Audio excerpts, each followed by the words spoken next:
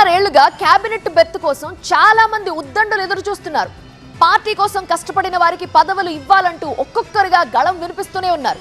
కోమటిరెడ్డి రాజగోపాల్ రెడ్డి, మల్రెడ్డి రంగారెడ్డి, ప్రేమ్ సాగర్ రావు సహా పలువురు కీలక నేతలు పదవి కోసం డిమాండ్ చేస్తున్నారు. దీంతో ఇప్పుడు మరోసారి కేబినెట్ విస్తరణ తెర మీదకి రావటం కాంగ్రెస్ రాజకీయాల్లో కలకలం రేపుతోంది. పార్టీ కోసం కష్టపడ్డ వారికే పదవులు ఇవ్వాలంటూ నిన్నటికి నిన్న ప్రేమ్ సాగర్ రావు బలమైన వాయిస్ వినిపించడం పరిస్థితికి అద్దం పడుతోంది. ఒకటి గుర్తుపెట్టుకోండి, మీరు ప్రభుత్వం వేరు, పార్టీ వేరు. ఎప్పుడైనా కూడా మరి ప్రభుత్వంలో ఎమ్మెల్యేలు అవసరాలు పనిచేయడం ఉంటాయి కాబట్టి జరిగింది.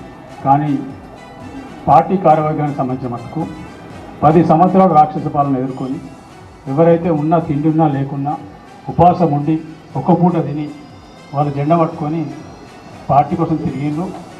అదేవిధంగా వాళ్ళ పరిస్థితి ఒకరొకరు నా మీదనే వారి కేసులు పెట్టింది. అట్లా జిల్లాలో చాలామంది మీద కేసులు ఉన్నాయి.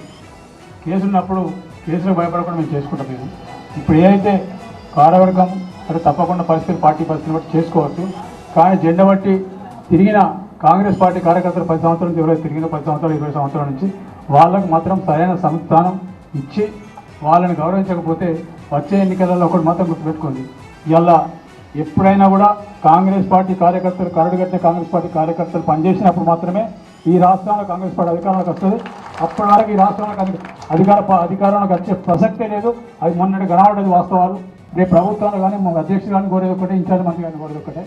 అధ్యక్షుల వారిని ఇన్ఛార్జ్ మంత్రి కోరి సముదాయ స్థానం ఎవరైతే పార్టీ కోసం కష్టపడి పనిచేసిండ్రు, ఇవాళ వచ్చే కొత్తగా వచ్చిన వాళ్ళు, ఎలక్షన్ ముందు వచ్చిన వాళ్ళు, ఎలక్షన్ తర్వాత వచ్చిన వాళ్ళు వచ్చి వేదికల మీద కూర్చొని వీళ్ళ మీద పెత్తనం చేస్తే కాంగ్రెస్ పార్టీ బతకదు. మీరు గుర్తుపెట్టుకోండి, ఇప్పుడు వచ్చిన వాళ్ళు ఎవరైనా కూడా వాళ్ళు పార్టీ మీద ప్రేమతోడో లేకపోతే పార్టీకి పనిచేద్దాం రాలే.